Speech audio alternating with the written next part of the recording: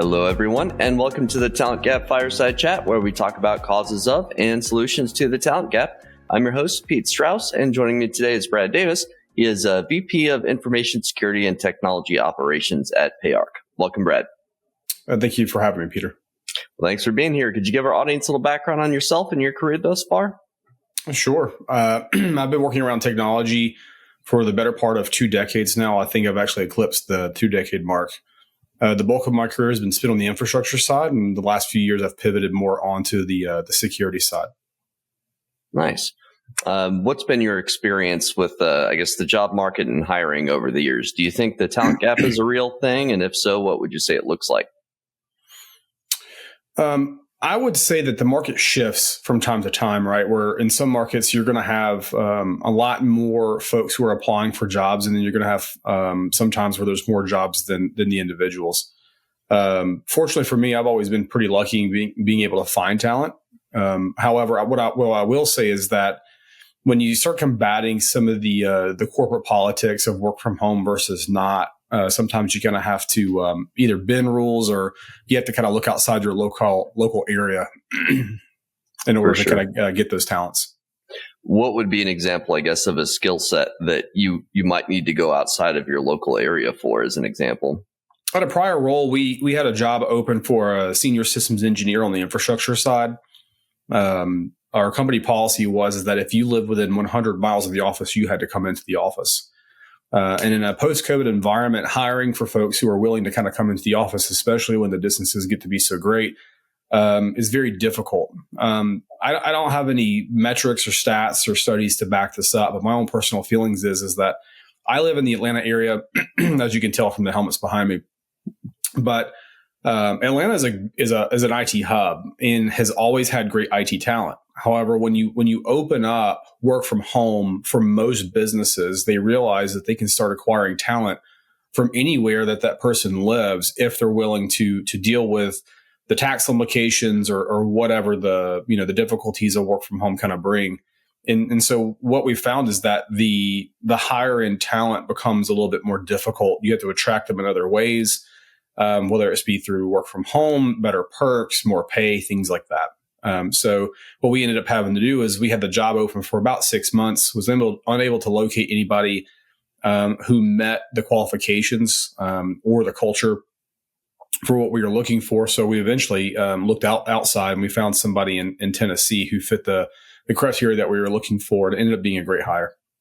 Yeah, well, that's great to hear that you're able to do that. Boy, 6 months seems like a lot of time because when I'm searching for a client, it's a matter of a couple of days before I'm sending them somebody qualified. And in some cases, it's on site, but I tend to work with a lot more startups where they're a little bit more agile, a little bit more remote friendly. But yeah, I think a lot of folks don't realize how small a candidate pool can get, especially if you have very specific requirements as far as what you need to hire from either a technical skill set perspective or soft skills. For some super technical disciplines, you may have good technical folks locally, but they may not have the soft skills that you're looking for. It's a puzzle to be solved. So, I guess any tips for working with government or not government, but company red tape to get things like that approved? I don't have any tips that probably wouldn't cross over into some kind of boundary for HR. What I would say is you don't give up, kind of push it if you need to. At the end of the day, it all becomes reporting by numbers, right? So if you're able to demonstrate number of tickets, projects, timelines, deadlines, things that are starting to slip because of this, if ticket resolution is falling behind, if you have more incidents than what you do people, whether it be on the infrastructure side or you're falling behind on the security side from double checking logs and what have you. That's where you start to kind of load your ammunition and your weaponry that way by being able to go to leadership and make the argument that, hey, we're falling behind, our people are burning out, the other folks are having to pick up that kind of slack, things like that. So hopefully the leadership will listen to the numbers and be able to kind of respond backwards back to that.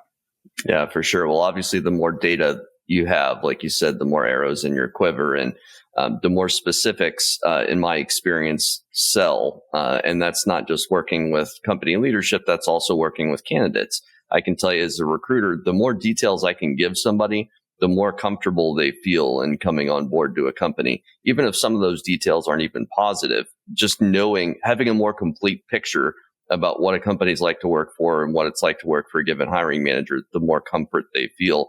I think people really get stressed out by ambiguity, especially if you're asking for more money or headcount or flexibility or, something Sure. like that. You certainly need that data behind you. So I know you have some thoughts on leadership. I believe you have a book out now. So would love to hear your takes on leadership. Sure, thank you. Yeah, just a few months ago, I released a book called Fair, Firm, and Free, and really what that means is you have to be fair to your employees. You need to be firm, so you need to make sure that you're setting those expectations. And then as for the free, it's free of micromanagement. Most employees these days don't fare well with micromanagement. The book itself focuses on short notes that I took along the way as I was kind of coming up through the ranks of management and various leadership positions. And I really just had a long list of one-liners that eventually one day I just decided, hey, I think this may or may not be helpful for somebody else. So it's a fairly short book. It's intended to be that, so someone can read it in well under 2 hours. But it's something that can be referenced over and over again. It's a generalized leadership book. It's not specific on technology. So really anybody should be able to use it. From my own perspective, when I'm building a team, I want a team full of leaders, even if they're not in a leadership position. And one of the guys who I like to pay attention to a lot in that space is Jocko Willink, popular podcaster, former Navy SEAL. And he talks a lot about decentralized command. And one of my big takeaways on that is if everybody on the team understands the direction that we need to go in, if I'm unavailable, if I'm on PTO, if I'm on another call, or if something happens that I'm unavailable, the world shouldn't stop to get my input. I want my leaders or my people, or really even like the frontline folks, to be able to make a decision. And even if it's not the same decision that I would make, I trust their decision-making skills, in that we're still moving roughly in the generalized direction. Another person who I'll quote, which is Simon Sinek, talks a lot about the why. I find it to be very, very critical and important. Sometimes we get so fast to try to dictate what needs to occur, we don't explain why we're actually doing something, and that doesn't allow someone to have the full context. So if you have the opportunity of taking the time to explain why the company's doing this, why do you need it done? This is why I'm actually asking to do something in a very specific manner because of these reasons. For one, you'll get a lot less pushback, and then people feel like they're much more included in the business decisioning behind items. Yeah, for sure. Well, and that comes down to different leadership styles too. Like I think some people tend to be more authoritative and I don't know what the word is, kind of like a dictator where, the commands come down from on high and then everybody kind of follows that, very, very hierarchical. And then there's other leaders that approach more of a, I guess, consultative or, team-based approach. Yeah, I love that you say free is a part of it, because in my experience, I was always kind of a top performer in the roles that I've held in recruiting. And if there was anything that crushed my spirits more than anything else, it was being micromanaged, because I was already internally self-motivated. I didn't need to be overseen for every little thing that I was doing. If anything, that made me feel like, it just turned off my motivation that I had innately. So, what are your thoughts, I guess, on the free aspect? Is there any additional detail you can provide there? Sure. And I would also like to revisit your comment about leadership styles. I think you're right. There are any number of leadership styles, and some have been given titles. Servant leadership is one that I tend to favor on. I like to try to be able to get the resources and remove obstacles from my folks so that they can kind of get the job done. But at the same time, I think it's critical that it's great that we can identify what our default style is. And I love that question during interviews or formats like this, because I think it's critical as a leader, you be able to pivot and change your style to fit the situation and the people that you have. I've had people who are absolutely brilliant, some of the most intelligent people I've ever worked with, but they're very scattered and they tend to take on too many tasks. They then would not complete their items on time and things like that. So at that point, you do somewhat need to micromanage to a certain degree in order to kind of keep them focused, because that's what they really need and responded to. But at the same time, there's other times where you might have a security incident or a system outage where you're triaging events, and you really don't have time to get in there and for people to give a bunch of opinions. You almost have to go militaristic and start barking orders. You do this, you do that, and it becomes very wartime.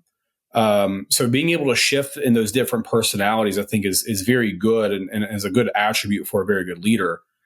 In terms of free, high performers today should be valued above the rest. I know in that today's world, everybody wants to be treated equally, and and you have to be fair across the board to all of your employees. But at the same time, when you have that one employee who's willing to go above and beyond, who's working super hard, and they're not just putting in long hours, but it doesn't really matter what you throw them. They're figuring it out. They require very little oversight.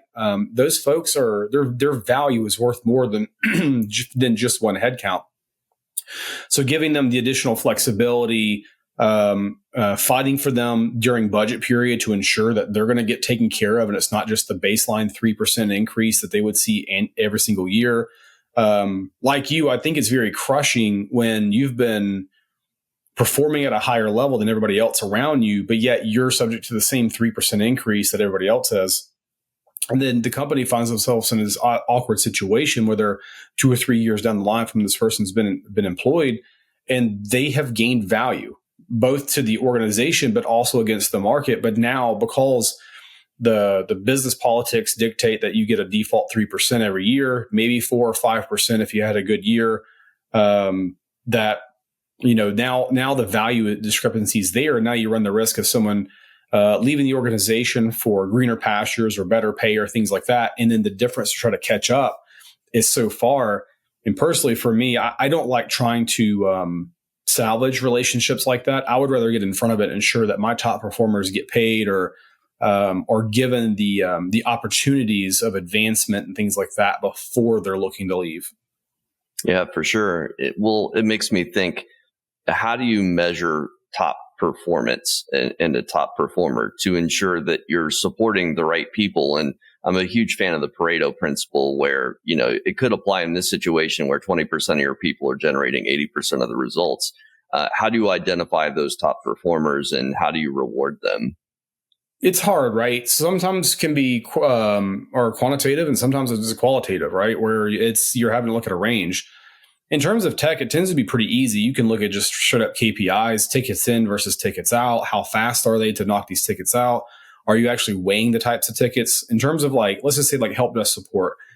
I've had people where they just handle the low hanging fruit, and it's a ticket that takes 2 minutes, and their ticket count's far exceeding everybody else's. At the same time, the tickets they're handling are password resets and things that are just, very easy. But if you got somebody who's jumping in and doing really difficult troubleshooting and setting things up, and it's taking more time, you can feel it. It's also in their attitude too, where it's not somebody who just doesn't want to come to work. Every time you talk to them, they're happy. They want to do more. They're asking questions. How do they advance? How did you get here? People who are truly engaged. Are they fostering very positive, good relationships throughout the organization? And again, I live in Atlanta, right? So building any team, regardless of whether it's a data team, an engineering team, support, security, it's irrelevant to me. I want to build around the same philosophy that a Chick-fil-A would, of just great customer service. Are you embodying that really good customer service? Are you being a good steward of that? When people have problems in IT, they typically are not super happy. How do you respond to that? So just kind of coming to work with a good attitude, jumping in, helping out. Are you responding back in your team's messages to the group when someone has a question? Are you participating in that, or are you just getting your work done and just going home? You can have people who are very effective, who just show up from 9 to 5, they do their job and they go home, and that's great. But at the same time, you can have people who are jumping in and also mentoring other people on the team who are going above and beyond. So measuring it is very difficult because sometimes it goes just beyond numbers. How's their reputation? Are they jumping in with other projects? Are they helping other people out? When they walk through the building and they see something that needs to be done, are they actually going ahead and taking the initiative to do it? Or are they willing to help out other teams when they have projects? Hey, I think technology can kind of jump in here. And this can supersede all levels. It's just even an engineer taking the time to troubleshoot someone's printer, for example, or a security person who's kind of come from that side as well, going, hey, I can probably help you out with that. Let me do that. It's a team sport. And so as much as I want to recognize individuals and teams, the team is what wins or loses. It's not the individual. So but if you're somebody who's pushing that narrative within the team itself, I find it to be very critical. And those are the types of people who I want to reward. Yeah, so there's a few traits there. It seems like curiosity would be one, being proactive, relationship, bridge building, I guess, and building relationships, and interdepartmental, not needing to be asked to do things and just proactively taking up things that may not be somebody's job. Because I think a lot of folks, if it's not in the job description, they don't necessarily want to do it. But yeah, I think it's pretty rare to find folks that want to go truly above and beyond and contribute to a mission, I guess, greater than themselves or even greater than the team. And they actually care about where the company's headed to. How do you build, I guess, a cohesive team culture where everybody's kind of rowing in the same direction and has that team goal in mind, or that, company goal in mind? When you're putting a team together, obviously personalities matter tremendously. So if I'm hiring somebody, I'm typically looking for personality traits much more than what technology or how much of an expert you are. I don't really care how much you know about a particular topic. If you're a difficult person to work with, you're not going to fit on the team. So that comes first and foremost. But also building a team, you're not trying to build a team like you're playing checkers, where everybody on the board is equal. You're not going to have the agility to handle the wide array of items that you may have to deal with. If everybody's doing the same exact job, then sure, maybe that's what you want. But I've literally thought to myself, hey, the people on the team today, they're a little too quiet. They're a little too reserved. So the next person that comes in, as we have this open position, I'm okay if they have a very loud personality, or they take charge, or they kind of jump in, because then it kind of offsets the balance of everybody else being quiet. It makes the quiet people a little bit less quiet, and maybe a loud person being around quiet folks, maybe slightly less loud. They all tend to kind of balance out in this weird yin and yang style situation, to where there's also things that you can learn from this different personality types. One person may be really good, let's just say, like, I don't know, crimping cable or something like that, and somebody else may be really good at configuring access points or network switches or doing whatever. Trying to fit everybody into the same peg, treating everybody as like the same peg into the same hole, I don't think is the right approach for that. So if you're always looking for one archetype, your team aren't going to be as fully robust. So I think it's critical to look for differences in people, and the way they approach things, their thought process. So like when interviewing, I think it's great to ask people walk me through your thought process. How would you troubleshoot this? How would you do that? If you have a security incident, what's your first step? What's going on? It lets me know, like, are they thinking, damage control? Or are they thinking, oh, well, what does the playbook or run book say? It lets me know kind of like how people think and they're going to process in that moment. And that's important too. And there's not one right answer. It really comes down as to what do you need in that situation. If you have a large team, you can overcome some deficiencies there from the team itself while you kind of coach them up on certain areas. And that's okay. If you have a team of one or two, then sometimes those weaknesses can become too much, and maybe you need to look for somebody who's a little stronger in certain areas. You really want to try to see the potential in people. That's awesome. Yeah. Well, and I feel like so much of hiring comes down to risk aversion versus looking for potential, or somebody's professional ceiling, the way I put it before. A lot of hiring is based on somebody's current professional floor and not their future professional ceiling. in my experience because of that risk aversion aspect. So how do you identify somebody, I guess, with high potential, for instance, that is going to be complementary to the existing people on your team, but that has a higher ceiling maybe than somebody else? I always want people who want to go far. One of my questions I always ask is, what are your goals? And a lot of times people think it's a trick question because, and I'll continue to pick on support because it's a great area to ask, right? Because there's so many directions you can go in from that. Pete, what is your goal? I want to be in support. And you're probably not for me then, right? I don't want somebody who's just going to want to be here to do the job today. Even if that means like if your goal is to be an engineer, or I want to move into security, or I want to go be a developer, that's great. I can work with that. It doesn't automatically mean that person has been crossed off the list. It's just maybe I need to dig a little deeper. Is this truly your goal? I don't know of anybody who sits down and go, I want to work help desk support for the rest of my career. I have worked with people and I've had people report to me, and that has become their goal. They get to a certain place in life, and they just don't want to deal with the additional nuance work. Support work is typically 9 to 5. There's no on calls or anything like that. So maybe it's just a little bit more simple way for them. And that's okay. You can use those people. Those people are great. But for the people who want to move up to the next level, or they're thinking about their career instead of their job, which I think is two very different mentalities, those people are going to put forward so much more effort to not only do the job well, but to think about how they can do the next job well. And so then if you got a support person, maybe you got like a little junior sysadmin in the works who can jump in on projects. So they're more cost effective for the organization. They're getting career progression and experience with other teams, and you get to use them in other ways. It's a lot like, I guess, if you're putting together like an NFL team, for example, you want different people at different stages in their career. You want some of the veterans, but you also want some of the young blood in there who's a little junior, but maybe they just have more raw potential. You may not keep those people for more than a year or two because they're just going to go on and excel and do other things, but that's okay. But what you will accomplish with those individuals in that short period of time is fantastic. And if you're fortunate enough, like I have been in previous roles where, there's actually an upgrade path for you. You don't want to be in support anymore? I have sysadmins, I have engineers, you can move to security. We have a whole development team and product team that you can kind of move to as well. So if you come and you work with us here, we can expose you to all of that over a period of time. And what you end up with is like a minor league to major league style situation where you can kind of coach people up. And I've also taken on people who they were in call center environments, where I've taken people who work in ops with no actual experience in technology other than the stuff they do at home, where they won me in the interview was, all I want is a chance.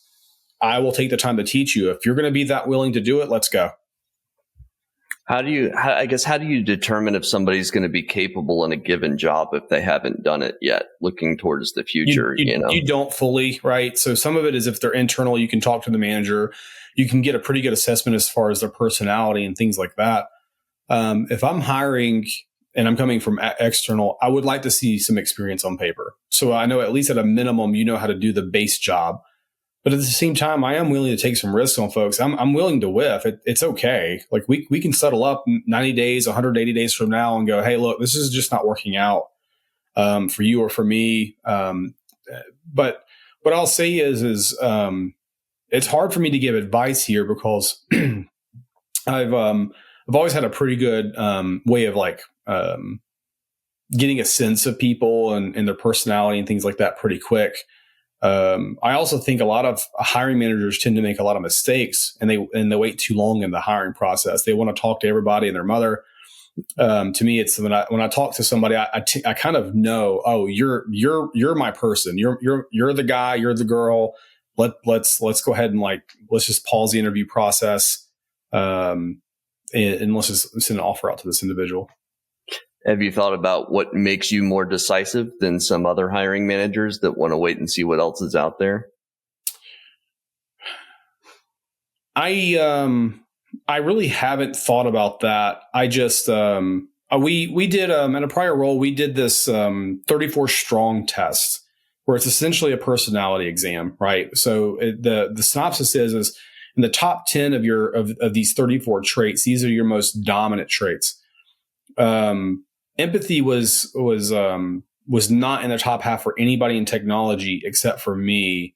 And it was like number 10 for me. I also grew up, my mom cut hair for a living.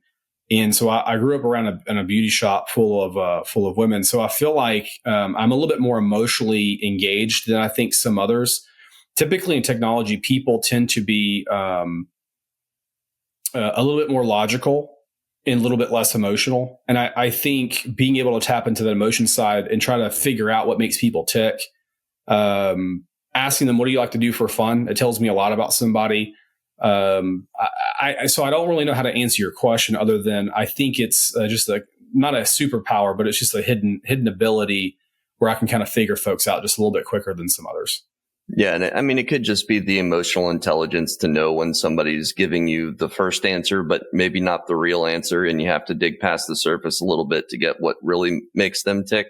Like I find myself doing that as a recruiter in my recruiter screens. I'll ask somebody about their motivator for making a move. And often that first answer is, I'll get the sense that they're, it's through a slight hesitation or their voice changes or some small little indicator that it's hard to pick up on, but it's there. And if you recognize it, dig past the surface, they'll tell you what's really going on, which a lot of people are afraid to say. I don't like my boss, or I'm not getting the career advancement that I need. And I'll ask, well, what does that mean? Are you expecting a promotion? They keep leading you on. Like, what's the situation? But I think if you're able to dig deeper in those initial conversations with somebody, you can develop a level of comfort that enables you to act decisively. But I think a lot of hiring in the interview process or screening process often comes down to asking rote questions that somebody else came up with, or maybe you have a standard form and you're not just having a conversation with people. And I think you can get the best out of people that way too. Obviously, you have to make sure that you're crossing your T's and dotting your I's to ask the correct questions to understand if they have the right technical background, for instance. But I guess, how do you walk that line between, I guess, tailoring the interview to the individual, but then also making sure that you're, getting all your questions answered and giving everybody a fair shake? I tend to ask the same questions in every interview, right? You have to, from an HR perspective. Although sometimes it can be the same answer, but maybe it's somebody else's level of enthusiasm when they're giving it. Is there a fire behind their eye? Again, it's really hard to quantify that. You want to give everybody a fair shake, and I'm sure there's been some really good talent that I've spoken with before, but maybe they just had the jitters, and so maybe they just didn't open up with me the first time. I try to do a couple of rounds of interviews if I can. And then I would like to have them meet with some potential teammates as well, especially if they're a more senior individual, right? Sometimes if it's a support person, maybe it's just a one and done and you kind of go. Part of it too is how is I, as the hiring manager, how many people am I speaking with? My own personal perspective is I review all the resumes that get submitted. Sometimes that's just a lot. And it just takes a long time to go through. Sometimes being gated by HR and trying to check a box as far as what level of experience, or maybe people are, especially in a junior position and really even senior, sometimes people are just really terrible at writing resumes. I'm sure you've seen plenty of them before, and it doesn't tell or capture the full story. So really being able to try to get somebody on the phone, prefer video or in person if possible, to be able to watch not only how they answer, but how they respond. What are their movements? Are they fidgety? They're getting a little nervous. And I've actually, one of my favorite employees I've ever had, I've hired him twice. And the first time he came in for an interview, he was so nervous. I just paused the interview to give him 10 or 15 minutes to collect himself. You could tell he was a super smart dude. He was going on about how he had all this equipment at his house where he set up like a pfSense firewall and did all of his own, set up his own routing and all this other stuff. Just as a support person, still to this day, I think he's one of the most technical people I've ever hired. And he was in a support role. Later on, that guy left the organization. He needed to kind of move out, kind of learn some things. And he kind of came back, and I hired him back as an engineer for the same company a couple of years down the line. So I would hire him a third time. So it's one of those things where I was okay with him not having the relationship building skills because he was just a crusher. I mean, I've never seen anybody be able to troubleshoot system drivers in the same way that he could, right? Just to that little minute detail. But at the same time, we paired him up with people who had a very high emotional IQ, who had great communication skills and things like that, but maybe was a little bit weaker on the technology side. But they balance each other out very well. That's awesome. Yeah, that reminds me of a story I had where in the early days when I worked for an audit firm, our marketing guy came to the office for his in-person interview, and he had walked from the parking garage. So he was in a full suit in the middle of Florida summer. He was just covered in sweat from head to toe. He kept dabbing his forehead in the in-person interview. We had 3 people interviewing him in a panel, and he was so nervous and pouring down sweat, but we ended up hiring him. And he created all these PPC campaigns for the company and basically just propelled the company into the stratosphere as far as lead generation is concerned.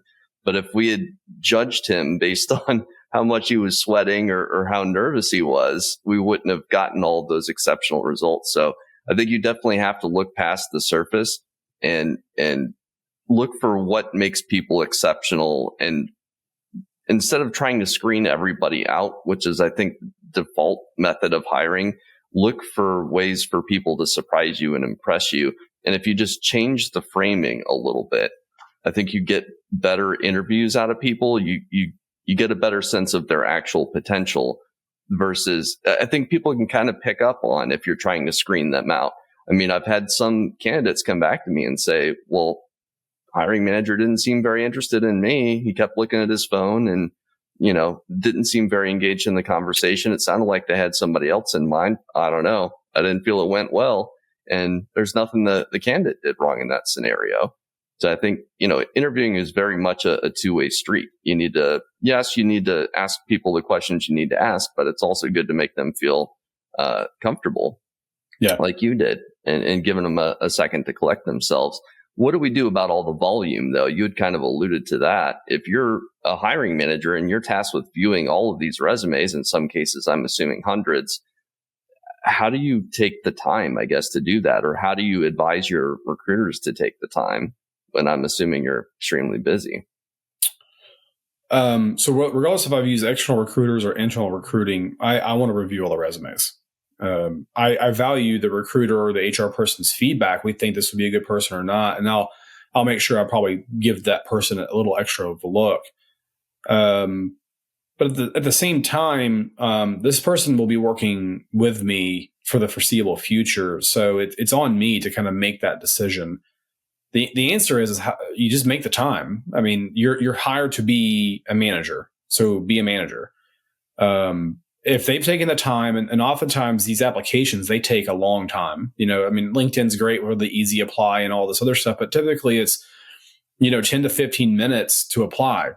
So even if it's something where I reach out to them and say, hey, stop taking on new resumes for right now. I need to catch up. And I'll schedule interviews as we kind of go and things like that. So if someone wows me and I haven't had a chance to interview somebody else whose resume I do like, I may just stop right there and just go with a person who just wowed me. But I have to be wowed. There's no easy way of saying it. We're all busy, but you are hired to be a manager or a leader. You need to take the time that it takes to find the right person, because ultimately what they do under your umbrella is going to reflect upon you. So if you can't take 2-3 minutes per person who's applied to try to find that right individual, are you really even being an effective manager at that point? And I know some people are probably going to want to fillet me for making that statement. But at the same time, maybe you should cap it, right? To where if you're dealing with a recruiter or internal HR, it's like, hey, take 100 resumes and cut it off. Literally just take it off the job board. So I can kind of catch up. You need to understand how much you can take. Or you know what, maybe you just on a weekend day, you're just going to have to kind of plow through some of this stuff or what have you. It's not really fun to kind of go through that much paperwork. Split it up, do it between meetings or calls. Heck, do it during calls. Do whatever you got to do to kind of get through it. But the people they applied and they deserve at least to be looked at until you kind of get wowed. And it kind of stinks that maybe that somebody wowed you before you finished going through the full queue or anything like that. But you got to do what you got to do. There's no excuse. Yeah. Well, I think the ideal setup in my mind is for, instead of relying on the inbound applications where roughly 95% of the people are not going to be a fit, 95% failure rate, it's better to go out to the market, only reach out to the people that you think are the best fits, at least on paper, screen those few, narrow it down from there. And then you end up handing over, say, 3 to 5 good candidates to the hiring manager, which then, you speak to, hopefully in an attempt to save you some time. Right. Obviously that's an ideal world, and we don't all live in that world, but, yeah. I think a lot of what people describe as ghosting isn't necessarily really ghosting. It's just they applied to a position and never heard back. I tend to think of ghosting as, if somebody's engaged with the company, talked to a recruiter, or had an interview, then they don't hear back. I would call that ghosting. But I think we could solve a lot of these issues just by doing outbound recruiting and not focusing so much on the inbound. Have you ever had your recruiters do that, where it's more outbound focused versus inbound? Yeah, and it's a lot smoother that way, right? Because you're controlling who your audience is, or the population is, the pool of folks who you're talking to, and you already have a pretty good sense, right?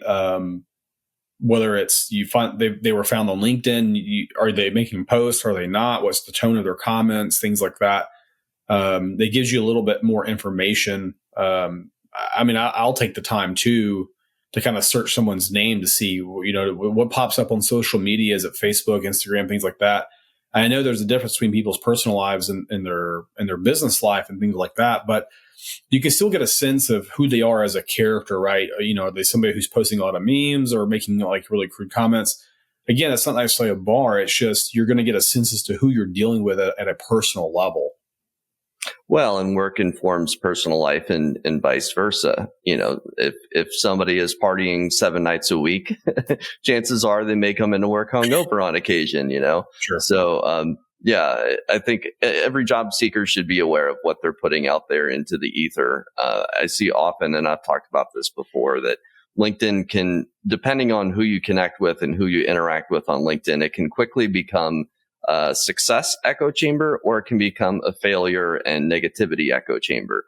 And you have to choose which one of those buckets you want to fall into. Obviously, right. I would recommend the positive echo chamber. So I think it's all about who you surround yourself with. I guess any tips from your side, like how to find people to surround yourself with good ideas and positive energy? That's an open-ended question. I think it depends on what your goal is, right? So, I'm one who I think iron sharpens iron. So surrounding yourself with people who are good or better than you, finding more mentors, I think is always a very positive thing, whether it's for your own personal development or for work related. Even if it's cross-departmental, having conversations with others who exhibit traits that you admire, right? Maybe it's their communication skills. How do they build such a strong rapport with the C-levels? How do they, they have such a good reputation internally? How are they doing that? Or you see that they've overcome a certain situation, seemingly with very little effort, and you're curious as to how they do that. I think that's really good. I think if even in your personal life, if you're surrounding yourself with people who are doing things that do not help you in your current life, then you should probably ask yourself, is this the right person that needs to be around me? Is this person going to put me in bad situations? If I go out to a bar with this person and we're just hanging out, are they going to run their mouth to somebody and then, kind of create some issues? What does that look like? Is this person, doing drugs on the weekend, like harsh drugs or whatever else? Are they running around with people who you probably don't want to get yourself involved in? You should probably question that. At the same time, though, is everybody comes from a different walk of life, and it's okay, right? If someone is doing something that you don't like or you don't admire, I think it all comes down to how strong you are as an individual to not let yourself be tainted by somebody else and their decisions. I don't want to be in a bad situation because someone else put me there. But at the same time, I know that I'm strong enough an individual with my own willpower and I'm my own person that if, I personally do not smoke marijuana. I don't have any problems with it for people who do. So I've never actually in my life tried it, but just because I've never been interested in it. Some people are like very shocked by that and things like that. If that's something that you're into or you do it on the side, whatever, I don't really care. I don't judge you for it. But at the same time, don't expect for me to do it. I remember having, I'm married now, but when I was younger and dating, that was actually a turnoff for certain folks. It's like, oh, well, you don't do that. Like, I'm just not into you anymore. It's like, well, that's totally fine. Like, we can agree that we're just not the right fit. And so I think you can be around people who don't align with that, but at the same time, you don't necessarily need to give into it either. Yeah, well, it's never been easier to quote unquote find your tribe too.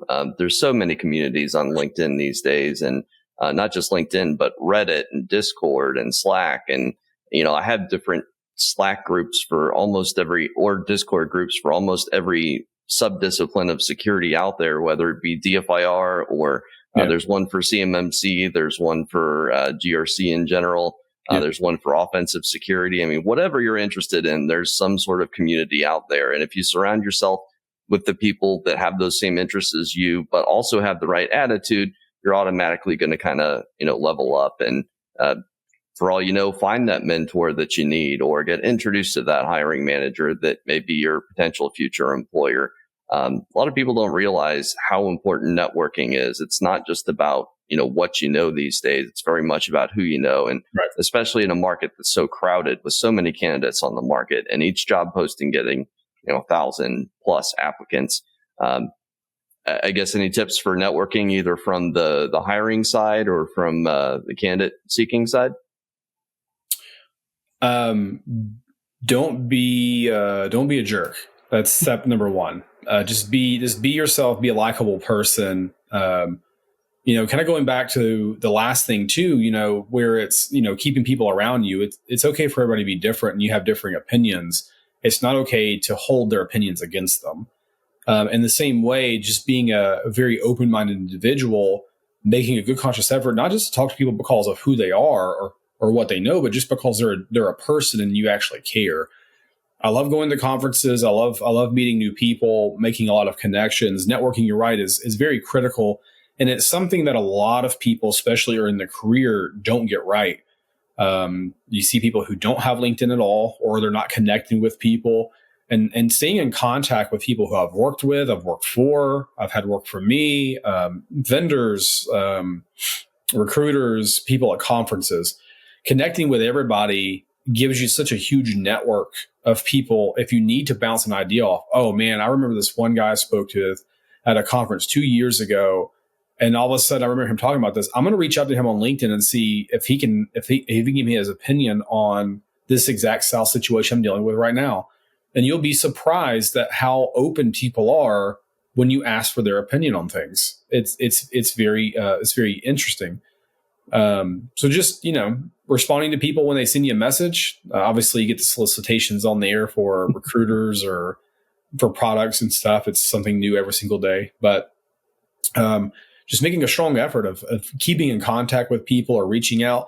I've become very good friends with people who I've met in my work life, and I wouldn't change it for the world. I think building relationships is the most critical piece for, if you want to, go far in your career.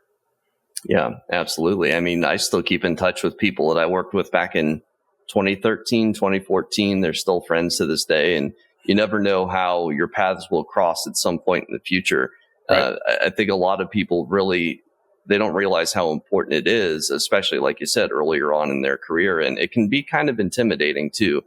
Say you just got your first help desk role, and in an ideal world, you'd like to work your way up to director of IT or infrastructure or something, but you don't really know how to get there. It's going to be kind of intimidating to reach out to people that are currently in that role and ask them, if they'll be a mentor. But I think you just, through building relationships, being in person with people and making emotional connections with people, if they've met you before, they're more likely to want to do anything with you, whether it's give you advice or be a mentor or whatever. It's almost just about visibility, being in front of as many people as you can and making genuine human connections, remembering people, what was great about them or how you guys met in the first place and what the circumstances were, and just dropping that in a note a year later. People are impressed that you remembered. So I think it's attention, just paying attention to people and like you said, actually caring, and that'll take you far. just be a genuine person. It will get you a long way. And you'll be surprised too if you reach out to somebody, even if you've never spoken to them before, and you see that they've kind of gotten their path is similar to what yours has been thus far, and maybe they got to a certain level, and you want to reach out to people and, hey, it's strange, but I really like what I see on your LinkedIn. I would like to learn some more about you. Can I just get 15 minutes of your time? I will send you a $5 Starbucks gift card or something like that. I just want to learn from your past so I can better myself. Sure, you're going to get ignored probably a decent amount. Someone probably thinking you're trying to sell them something, but at the same time, you miss all the shots you don't take, right? So this isn't baseball. It's not 3 strikes, you're out.